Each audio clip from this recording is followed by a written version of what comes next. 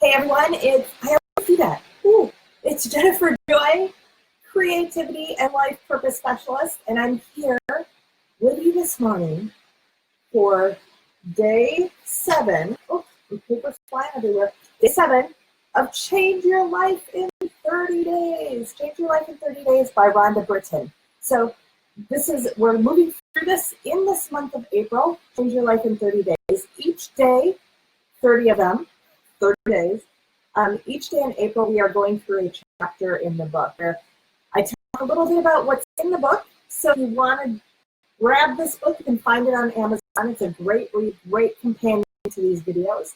And you can also just tune into these videos and follow along. You can join us at any time, and videos are here archived. And if you want to search on a video, just search for that CYL for Change Your Life bracket, and all the videos will come up for you right here in this group. So really awesome.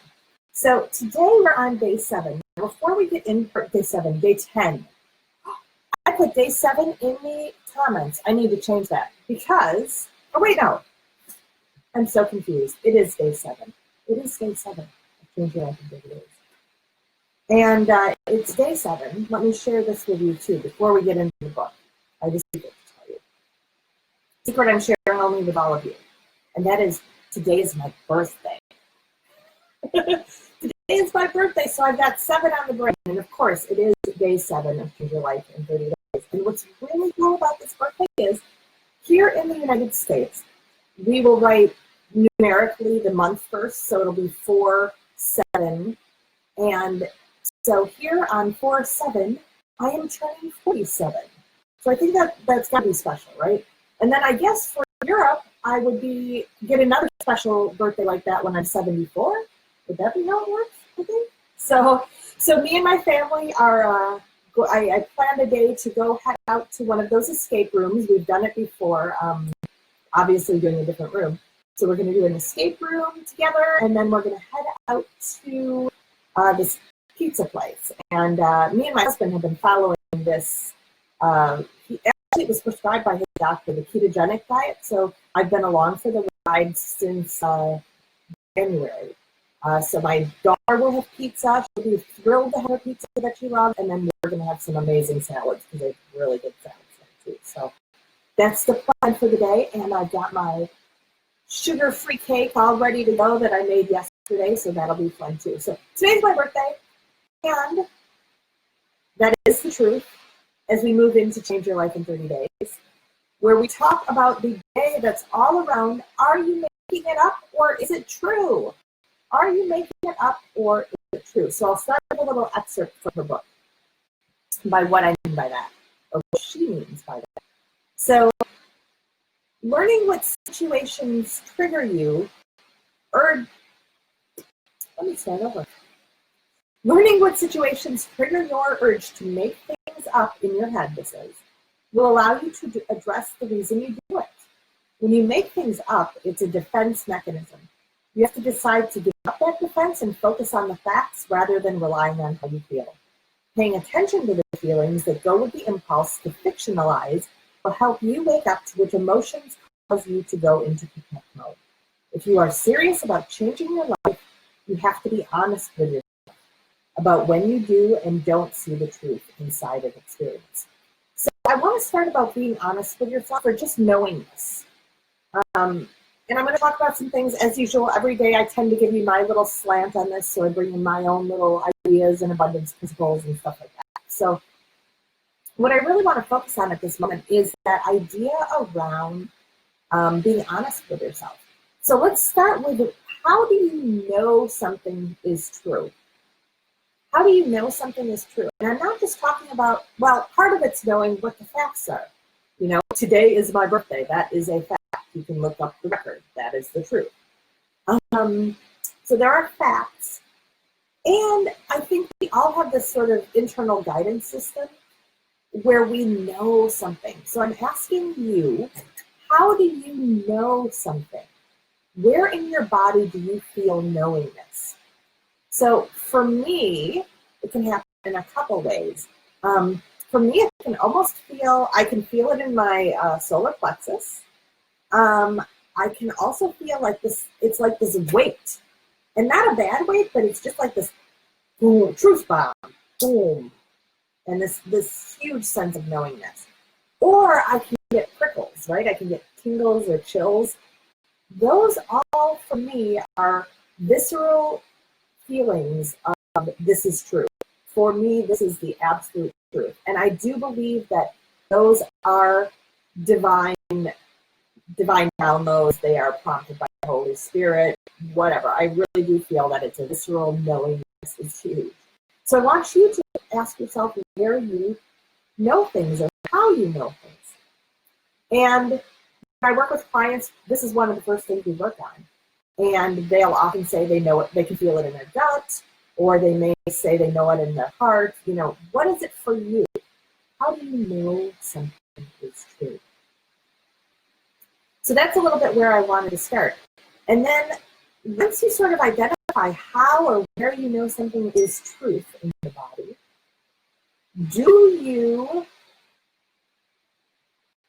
what takes you out of that? What takes you out of that? What fears take you out of that, or what feelings take you out of that knowingness? So it might be a fear of, wow, I'm in a situation and I'm not feeling confident. I'm not sure of myself. I'm fearing rejection. I'm fearing that I'll disappoint people. I'm fearing failure. It may be feelings that take you out of that too, right? I'm feeling attacked. I'm feeling nervous. I'm feeling on red alert. I'm feeling unlovable. I'm feeling unliked. What feelings and what fears take you out of that knowingness? And this is what Rhonda was talking about, why it's really important to know what takes you out of knowingness. And then what happens? What happens in your head, right? So you're in this situation, and all of a sudden you feel self-doubt, you feel fear, you feel lack of confidence, you feel off, you feel rejected, you feel angry, whatever. What is going on? And then what does your head do? What's the next thing your head does?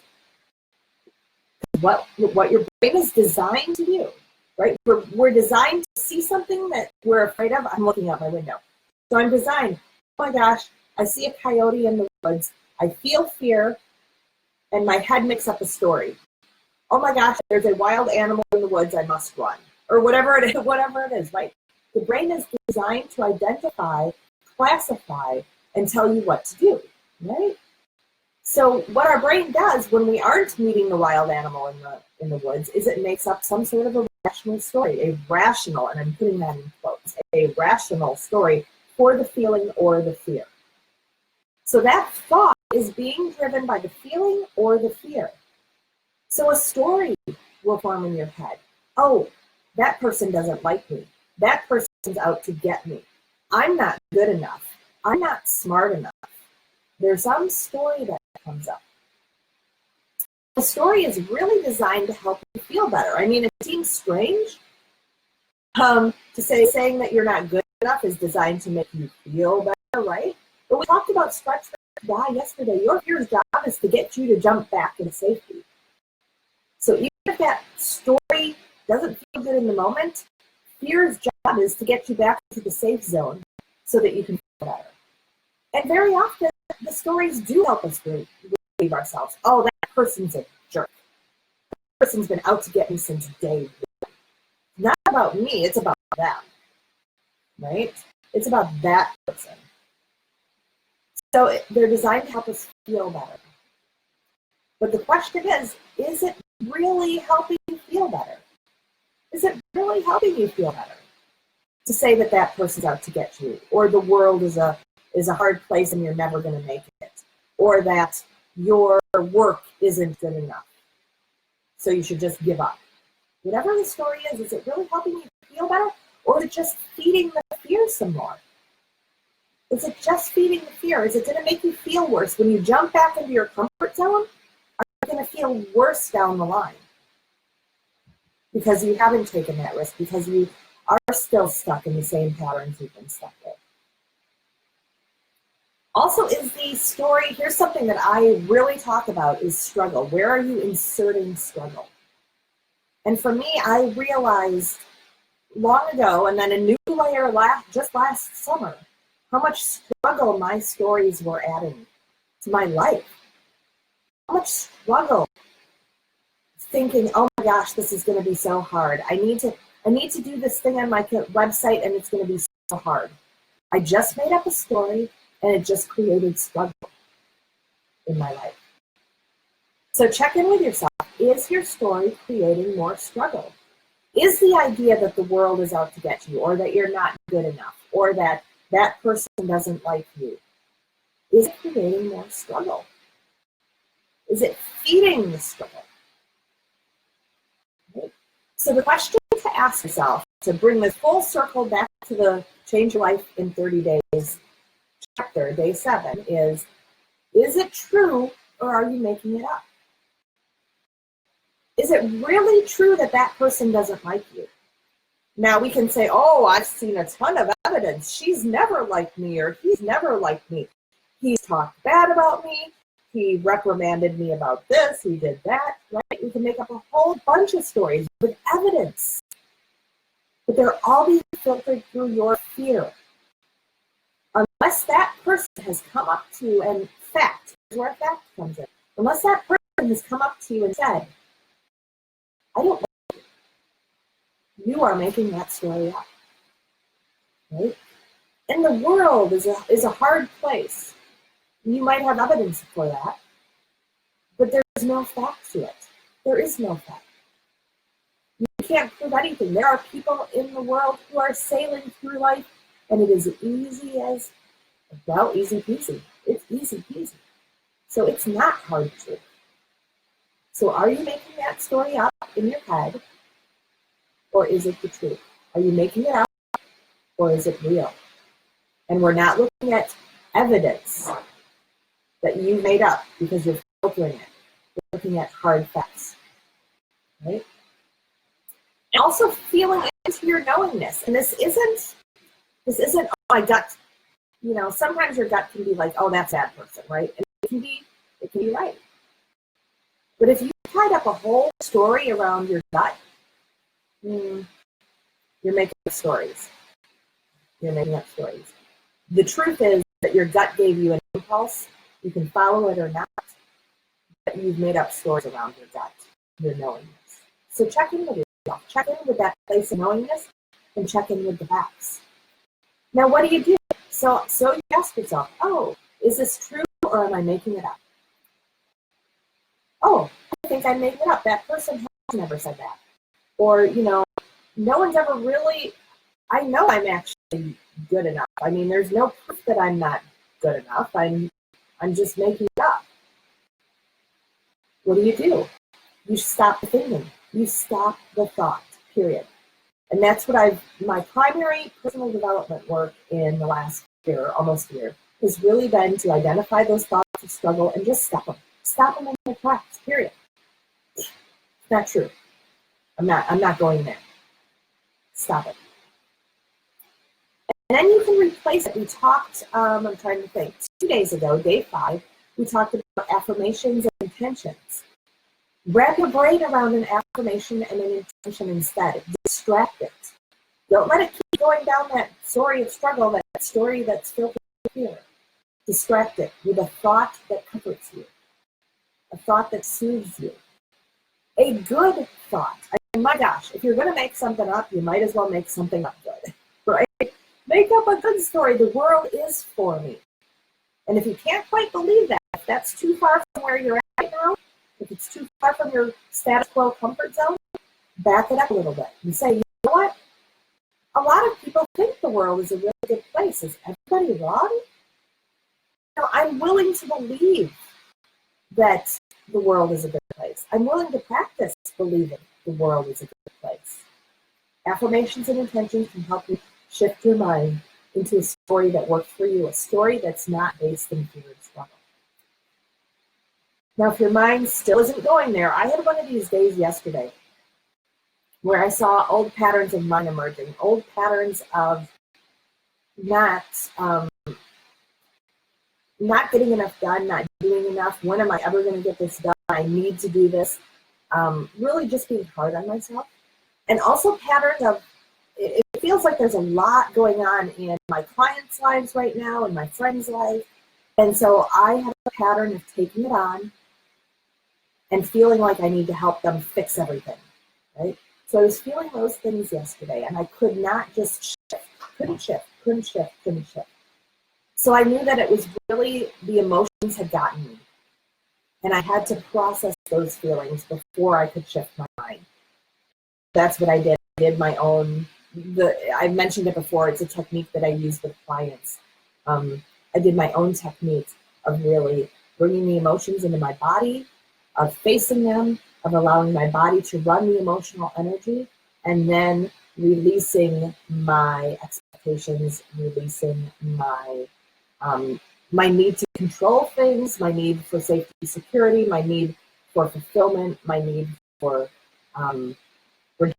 acceptance.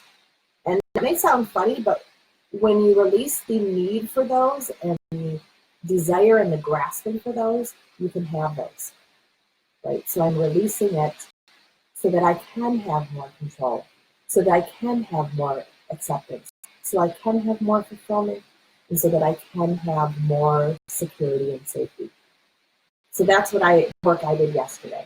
So again, if you can't get your head to stop, do something to work on those feelings, vent them, journal, scream, cry, do your art, take a walk, whatever you need to do to run that emotional energy, move it through your body. Don't run from it. Move it through your body, and then move into the mental mode where you can apply an affirmation or an intention and make up a story that's good and a story that supports you and inspires you and motivates you so that you can move forward with purpose and in your purpose. So that's what I have for you today. Are you making it up, or is it true? And I'm going to go head out and have a happy birthday. And day 8 is tomorrow, day 8, where we'll be talking about, I'm going to actually tell you what we're going to talk about because it's very interesting. It's called The Freedom of Discipline. So make sure you catch me tomorrow. Change your life in 30 days. And if you want to see any back videos, just search on CYL in those brackets and they'll all come up. So thank you for tuning in, and I hope I've been of service as always, and you have a beautiful, amazing, purpose-filled day. Go out there and shine your light and ask yourself, is it true or are you making it up? Bye-bye, everyone.